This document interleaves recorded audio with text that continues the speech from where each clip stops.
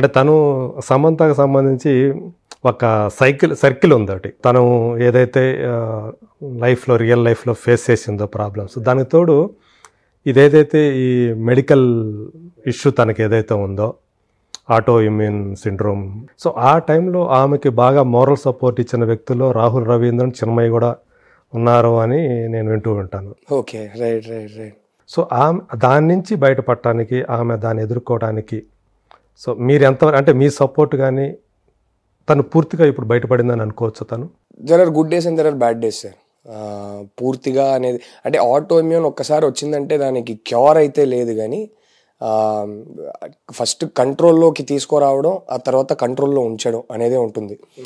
అంటే యాక్చువల్గా అది ఎందుకు వస్తుంది అనేది కూడా మనకి కరెక్ట్ రీజన్ ఉండదు. రకరకాల ట్రిగర్స్ ఉంటాయి సార్. బట్ కోవిడ్ తర్వాత చాలా మందికి అది ఒక కోవిడ్ సైడ్ ఎఫెక్ట్ అన్నట్టు చెప్తున్నారు. అంటే కోవిడ్ ఒక పాండమిక్ అంటే కోవిడ్ తర్వాత వచ్చిన ఒక silent pandemic auto immune pandemic.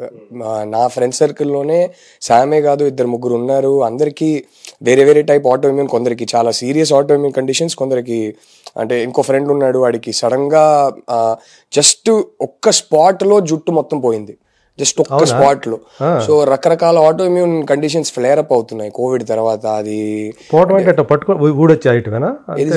వచ్చేస్తుందా జస్ట్ ఒక్క పర్టికులర్ స్పాట్ లో.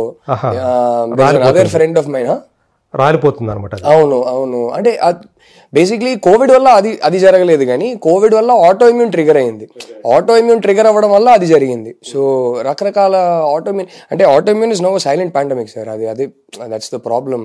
శామ్ది ఒక రకమైన చాలా కాంప్లికేటెడ్, నా ఇంకో ఫ్రెండ్ ఉన్నాడు, వాడికి కూడా చాలా complicated. So she is much better now, she is healthy now, and she is such a strong girl sir. అంటే ఎంత మానసికంగా ఎంత వీక్ కనిపించినా సరే, ఏదైనా సరే షీ విల్ ఆల్వేస్ డూ. చేయాల్సింది ఎప్పుడు చేసేస్తుంది. ట్రీట్మెంట్ తీసుకోవాలంటే రెగ్యులర్గా డిసిప్లిన్డ్గా ట్రీట్మెంట్ తీసుకోవడం, కానీ ఆ ట్రీట్మెంట్ తీసుకుంటూ అది బెటర్ అవుతున్న ప్రాసెస్లో ఎక్కడ తన వర్కౌట్స్ వదలకుండా ఎంతవరకు కుదురుతుందో అంతవరకు చేసింది. సో షీజ్ అంటే నాకు చిన్నప్పటి నుంచి అంటే we were kids when we met and became friends, and we've sort of gone through adulthood together. And I think the one thing that has not changed in her life is her sense of discipline. అది నాకు కూడా కొంచెం ఉంటే బాగుండేది, కానీ in years ఫ్రెండ్షిప్లో అది మాత్రం నేను ఎంచుకోలేకపోయి. అంటే నాకు నచ్చిన కొన్ని విషయాల్లో నాకు డిసిప్లిన్ ఉంటుంది, బట్ ఆ సెల్ఫ్ కేర్ అనేది ఉంది కదా, ఆ సెల్ఫ్ కేర్ విషయంలో నాకు పెద్ద డిసిప్లిన్ ఉండదు. ఇప్పుడు ఫర్ ఎగ్జాంపుల్ నేను ఒక స్క్రిప్ట్ రాస్తున్నానంటే చాలా డిసిప్లిన్డ్గా రాస్తా, ఇంకే డిస్ట్రాక్షన్స్ లేకుండా. ఒక్కసారి కూర్చున్నానంటే అది ఫినిష్ అయ్యేదాకా అసలు అటు ఇటు కదలను. అలాంటి విషయాల్లో నాకు నచ్చిన విషయాల్లో నాకు డిసిప్లిన్ ఉంటుంది. బట్ ఈ వర్కౌట్ అనేది అంటే కొందరు నచ్చి చేస్తారు, కానీ నాకు అలాంటి విషయాల్లో అబ్బా ఆ అమ్మాయికి ఉన్న డిసిప్లిన్ అసలు వేరే లెవెల్ అది. అయ్యో. సో అయ్యా luckily she is a fighter. ఏది ఉన్నా ఎట్లా ఉన్నా కానీ ఆ మెడికల్ ఇష్యూ ఉన్నప్పుడు కూడా తను చేస్తూ వచ్చేదే సార్. అస్సలు వర్కౌట్ కానీ అంటే ఎవరు ఏం చెప్పినా she is trying alternate therapies and treatments and things like that. So ఎవరు ఏం చెప్పినా సిన్సియర్గా కరెక్ట్ టైంకి ఏది తీసుకోవాలో, ఏం ఎక్సర్సైజెస్ చేయాలో, ఏం చేయాలో అంతా చేస్తుంది. So I think one thing all of us friends we always knew was that she will somehow get over it, she will somehow beat it అనేది ఒకటి ఉండింది. అది ఎంత వీక్ ఫీల్ అయినా, ఎప్పుడైనా మరీ వీక్ ఫీల్ అయిందంటే మేమందరం ఉన్నాంగా. సో నాకు తెలిసి సమంతకు తను స్టార్ట్ చేసిన తర్వాత సమంత ఓన్ వాయిస్ ఇస్తున్నా కూడా జనం సమంతనే కాదు కదా సార్, ఇప్పుడు ప్రియాంక చోప్రా, భూమికా చావ్లా, రకుల్, భూమికా చావ్లాకి చెప్పింది, Kajal Aggarwal, all I don't think there is a single heroine she is not. ఇప్పుడు ఈ మధ్య I think Mrunal and Chinmayi ఆ కాంబినేషన్ బాగా సెట్ అయిపోయింది అందరికి. సీతారామం కానీ హాయ్ నాన్నలు కానీ బాగా నచ్చినట్టుంది. బట్ మెయిన్ ఏంటంటే ఇప్పుడు ఒక సినిమాలో చిన్మయి డబ్బింగ్ చెప్పకపోయినా వేరే వాళ్ళు చెప్పినా సరే, అప్పట్లో హీరోయిన్ వాయిస్ అనేది ఇలా ఉండేది సార్. తమిళ్ కానీ తెలుగు కానీ ఇలా ఒకలా ఉండేది. అప్పుడు బాగా హిట్, అది అందరికి నచ్చిన ఒక ప్యాటర్న్ అది. బట్ ఏ ప్యాటర్న్ అయినా సరే దానికి ఓ షెల్ఫ్ లైఫ్ ఉంటుంది, అది మారాల్సిందే. నాకు తెలిసి చిన్మయి వచ్చాక ఆ ప్యాటర్నే మారింది. ఇప్పుడు చాలా మంది వాయిసెస్ వింటున్నాను, వేరే వేరే వాయిసెస్ కూడా వింటున్నాను, బట్ ఓవరాల్ ఒక హీరోయిన్ వాయిస్ అంటే ఇలా ఉండాలి అనేది అది చిన్మయి వచ్చి డబ్బింగ్ చెప్పడం స్టార్ట్ చేశాక మారిపోయింది. So I think that is the biggest compliment for an artist. So credit అది ఎంత ఎక్కిందంటే జనాలకి, ఇప్పుడు అన్ని హీరోయిన్స్ కి వాయిసెస్ యూజ్ చేసేది అలాగే యూజ్ చేస్తున్నారు, అది ఒక బెంచ్ మార్క్. అలా లేకపోతే ఎందుకు తేడా కొడుతుంది. సో ఐ థింక్ దట్ అంటే ఈ విషయంలో తను ఏమన్నా ఇలా చెప్పాలి, ఇలా చేస్తే బాగుంటుందని తను ఏమన్నా దాన్ని సాధన చేసిందా, ఇప్పుడు నా డైరెక్టర్స్ ఎలా అడుగుతారో అలా చెప్పేస్తారు. నాకు అసలు ఏం తెలియదు, నువ్వు ఏదేదో చెప్తున్నావు అంటది. నేను చెప్తే అరే నీకు అర్థం అవుతుందా, నువ్వు వచ్చి డబ్బింగ్ చెప్పడం స్టార్ట్ చేశాక నీ హీరోయిన్ వాయిస్ ప్యాటర్న్ మారిపోయిందంటే ఏమో నాకు అదంతా లేదని చెప్పి వెళ్ళిపోద్ది. తనకి మా ఇద్దరికి ఏంటంటే కొంచెం కాంప్లిమెంట్స్ ఎవరైనా ఇస్తే చాలా అన్కంఫర్టబుల్ అయిపోతాం.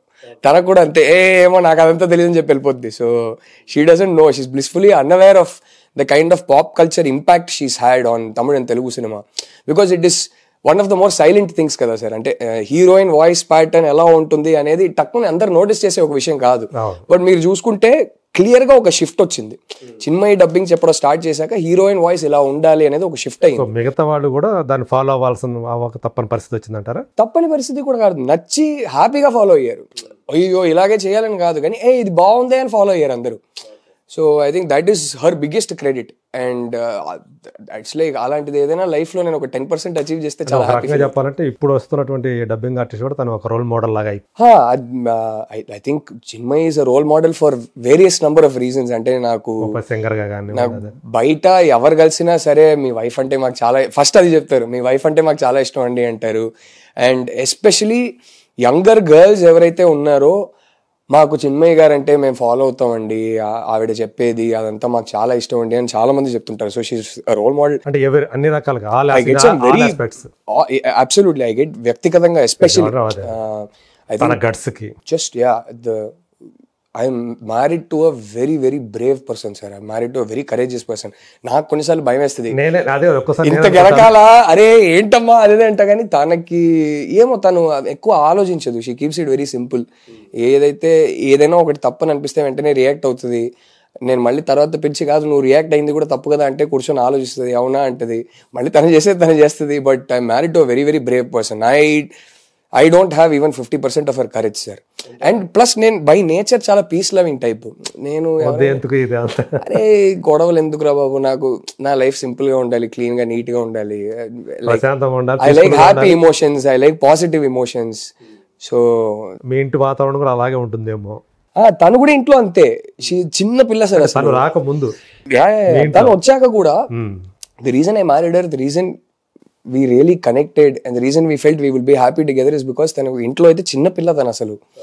కానీ ఎట్లా అంటే నువ్వు ఆర్టిస్ట్గా మీరు ఫస్ట్ మోడల్, మీరు ఆర్టిస్ట్ కాకముందు డైరెక్టర్ కావాలనుకున్నారు, ఆర్టిస్ట్ అయ్యారు sir. Modelling acting completely by accident sir.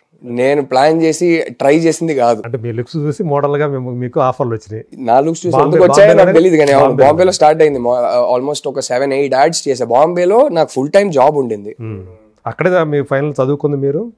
చదువుకున్నది అహ్మదాబాద్లో చదువుకున్నా, మైకాలో చదువుకున్నా. మైకా నుంచి క్యాంపస్ ప్లేస్మెంట్ నాకు బాంబేలో అయ్యింది. బాంబేలో క్యాంపస్ అడ్మినిస్ట్రేషన్ మీరు చేసింది? అవును సార్, ఎంబీఏ చేశాను. ఆ తర్వాత I did another 1 year micro specialization course in marketing. So అది చేసి బాంబేకి వెళ్ళాను. బాంబేకి వెళ్ళాక ఐ మీన్ నాకు ఫుల్ టైం కార్పొరేట్ జాబ్ ఉంటుంది. సైడ్ బై సైడ్ ఏదో లంచ్ మీటింగ్లో ఉంటే ఎవరో ఆడిషన్ చేస్తారని అడిగారు. అప్పట్లో బేసిక్లీ ఈ యాడ్స్లో మోడల్స్ అంటే ఇలాగే ఉండాలి అనేది ఒకటి ఉండింది దానికన్నా ముందు. అప్పుడప్పుడే అంటే 6 foot చూస్తేనే మోడల్ అని అనిపిస్తారు.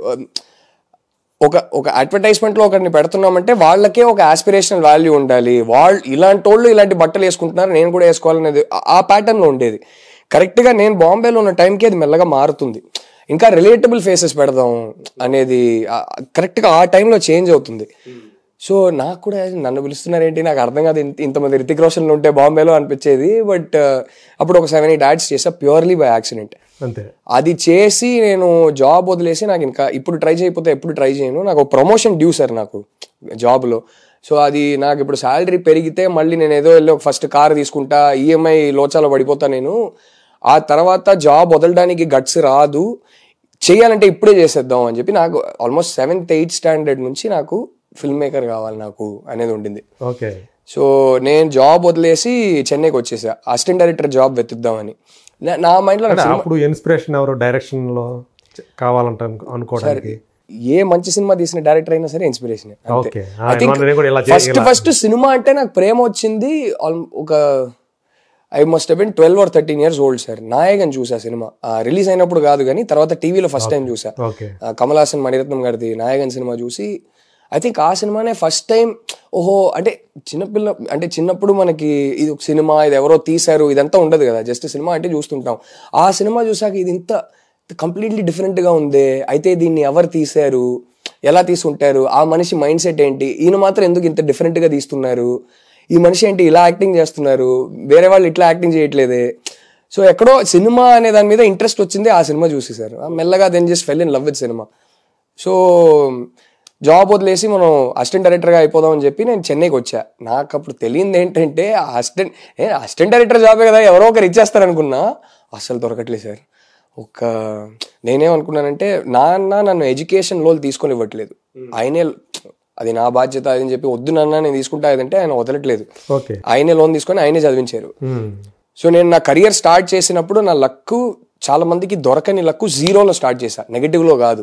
చాలా మంది క్యాంపస్ ప్లేస్మెంట్ అయ్యాక ఫస్ట్ ఆ లోన్ రీపే చేయాలనే ఒక ప్రెషర్తో స్టార్ట్ చేస్తారు కెరియర్. నాకు ఆ ప్రెషర్ లేదు. సో నేనేమనుకున్నానంటే నాన్న దగ్గర మళ్ళీ డబ్బుల కోసం వెళ్ళకూడదు, ఆయన చదివించారు, మళ్ళీ ఆయన దగ్గర డబ్బుల కోసం వెళ్ళకూడదు, మనం మంచిగా సేవ్ చేసుకుందాం. అది నాకు ఈ యాడ్స్ హెల్ప్ అయినాయి. యాడ్స్లో వచ్చిన పాకెట్ మనీ వల్ల సేవింగ్స్ ఇంకా త్వరగా అయింది. సో అప్పట్లో 1.5 lakhs సేవ్ చేసుకున్నా. ఈ 1.5 lakhsతో నేను వెళ్ళి ఇంట్లో ఉంటే నాకు ఒక 1 year 2 years నేను బ్రేక్ తీసుకోవచ్చు, మళ్ళీ నాన్న దగ్గర డబ్బులు అడగకుండా. అంటే ఫోన్ బిల్నో లేకపోతే బయటికి వెళ్ళి ఫ్రెండ్స్తో బయటికి వెళ్ళడంనో అలాంటిది అలవాట్లు ఏం లేవు, తాగే అలవాటు ఏం లేదు. సో ఆ ఖర్చులు ఉండవు. సో నాకు ఈ డబ్బులు అయిపోయేదాకా సినిమా ట్రై చేద్దాం, చిన్న చిన్న పాకెట్ మనీ అంటే చాలు మనకి, అది ఉంది చేతిలో. సో ఈ డబ్బులు అయిపోయేదాకా సినిమా ట్రై చేద్దాం, డబ్బులు అయిపోతే నోరు మూసుకొని మళ్ళీ వచ్చి జాబ్లో జాయిన్ అయిపోదాం అని చెప్పి నా బాస్ కూడా చెప్పేసి వచ్చాను. నేను దయచేసి తిరిగి వస్తే అదే లెవెల్లో స్టార్ట్ చేస్తాను, నాకు పర్లేదు, కానీ నాకు జాబ్ మాత్రం మీరు ఇవ్వాలని చెప్తే నో ప్రాబ్లం లేరు, నువ్వు తిరిగి వచ్చే నేనే తీసుకుంటానని చెప్పి పంపించారు. అప్పుడు చెన్నైకి వస్తే అస్సలు నేను మెడ్రాస్ టాకీస్కి మణిరత్నం గారిని ఒకసారి కలవాలి, అది నేను చాలా ఈజీ అనుకుని వచ్చాను, నేను పిచ్చోడు.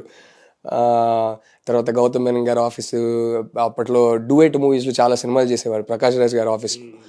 ఎలాగైనా వీళ్ళు ఎవరినో ఒకరిని కలిస్తే జాబ్లో సెట్ అయిపోతా అదే అనుకుని వస్తే అప్పుడు అర్థమైంది, ఓహో నాలాగా ఒక 10,000 మంది ఉన్నారు, ఎవరికి అపాయింట్మెంట్ ఎంతమందిని కలుస్తారు, వాళ్ళు కలవాలన్నా ప్రాక్టికల్గా కుదరదు, ఏదైనా ఒక్క కాంటాక్ట్ ఉంటేనే ఇది వర్కౌట్ అవుతుందని అర్థమైంది. నా దగ్గర ఒక్క కాంటాక్ట్ లేదు సినిమాలో, ఎవ్వరూ తెలియదు అసలు. ఎవరినో అడిగి ఎవరి త్రూనో వెళ్దామంటే ఎవ్వరు తెలియదు, ఏం చేయాలో అర్థం కాలేదు. అప్పుడు నేను బాంబేలో చేసిన ఏదో ఒక యాడ్ చూసి ఆడిషన్ పిలిచారు.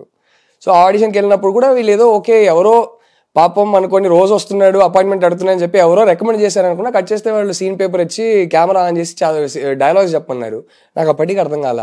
డైలాగ్స్ మొత్తం చెప్పేసి వెళ్తుంటే, సార్ అసిస్టెంట్ డైరెక్టర్స్కి కూడా ఆడిషన్ తీసుకుంటారా, ఎందుకు సార్ అంటే డైలాగ్ ఏమైనా ప్రాంప్టింగ్ చేయాలన్నా అంటే అసిస్టెంట్ డైరెక్టర్ ఎవడన్నాడు రా, ఇది ఆడిషన్ అన్నారు. ఆడిషన్ అవునా, ఏ రోల్ సార్ అన్న, హీరో రోల్ రా అన్నారు. సరే ఏదో ఒకటి ఎంట్రీలే అని చెప్పి యాక్టర్ అయిపోయా అంతే.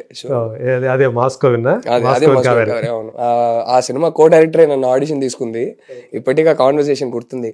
అసిస్టెంట్ డైరెక్టర్ హీరో రోల్ అన్నాక నాకు షాక్, హీరో రోల్ ఇది అనుకోలేదే, సరే ఓకేలే అయిపోయింది. హీరోని చేశారు, అది కూడా God's been kind sir. I don't know, అంటే నేను మేబీ అసిస్టెంట్ డైరెక్టర్ అంటే ఒక అసిస్టెంట్ డైరెక్టర్ అయి ఉంటే ఫస్ట్ సినిమా ఛాన్స్ దొరకడం, ఒకరిని కన్విన్స్ చేసి ఒక ప్రొడ్యూసర్ తెప్పించుకొని రావడం, ఒక హీరో డేట్స్ తీసుకోవడం అనేది ఎంత కష్టమో నాకు తెలుసు, ఎస్పెషలీ పెద్దగా కాంటాక్ట్స్ ఏం లేనప్పుడు. ప్లస్ అసిస్టెంట్ డైరెక్టర్ అంటే సమ్ శాలరీ వస్తుందో లేదో తెలీదు, ప్రొడక్షన్ బట్టి వచ్చినా అప్పుడప్పుడు ఇస్తారు. బడ్జెట్ దాటిందంటే ఫస్ట్ కట్ చేసేది ఏడీ శాలరీనే. పాపం ఆ వర్గమే చాలా, అంటే అసలు వాళ్ళ ట్రీట్మెంట్ అసలు అడగక్కర్లేదు. కానీ అంటే వాళ్ళ దయాదాక్షిణ్యం మీద ఉంటది, అంతేగా డైరెక్టర్స్ దయాదాక్షిణ్యాలే కదా. సో ఎక్కడో ఒక యాక్టర్ అయ్యాను కాబట్టి ఏదో మంచిగా సంపాదించుకున్నాను, కష్టపడకుండా. మీరు at least I had decent money, I was able to get married. మీ ఫస్ట్ చెక్ ఎంత తీసుకున్నారు దానికి? ఫస్ట్ యాక్టింగ్ సినిమా అయితే 3 years అయింది సినిమా రిలీజ్ కావడానికి. ఆ సినిమాకి నాకు శాలరీ 10,000. ఓకే, ఇది వెరీ బిగినింగ్. మాస్కో ఎంక్వైరీ సినిమాకి నాకు శాలరీ 10,000 అంతే. ఓకే, అంటే నేను డబ్బులు ఇవ్వకుండా నాకు ఛాన్స్ దొరకడే గొప్ప ఆ టైంలో. సో 10,000 మీకు వచ్చింది. 2007 ఎండ్ లో సైన్ చేసే సినిమా 2008 లోనే స్టార్ట్ అయింది. ఇప్పుడు ఆపరేషన్ లేకుండానే మోకాళ్లకు ప్లాస్మా ట్రీట్మెంట్, మీ ఆర్థోపెడిక్ సమస్యలన్నిటికీ రోబోటిక్ టెక్నాలజీ ద్వారా తక్కువ ఖర్చుతో శాశ్వత పరిష్కారం, ఫ్రీ కన్సల్టేషన్, ప్రతి ట్రీట్మెంట్ పై 20% డిస్కౌంట్. ఈ ఆఫర్ కొద్ది రోజులు మాత్రమే, త్వరపడండి. V9 hospitals 9281465842.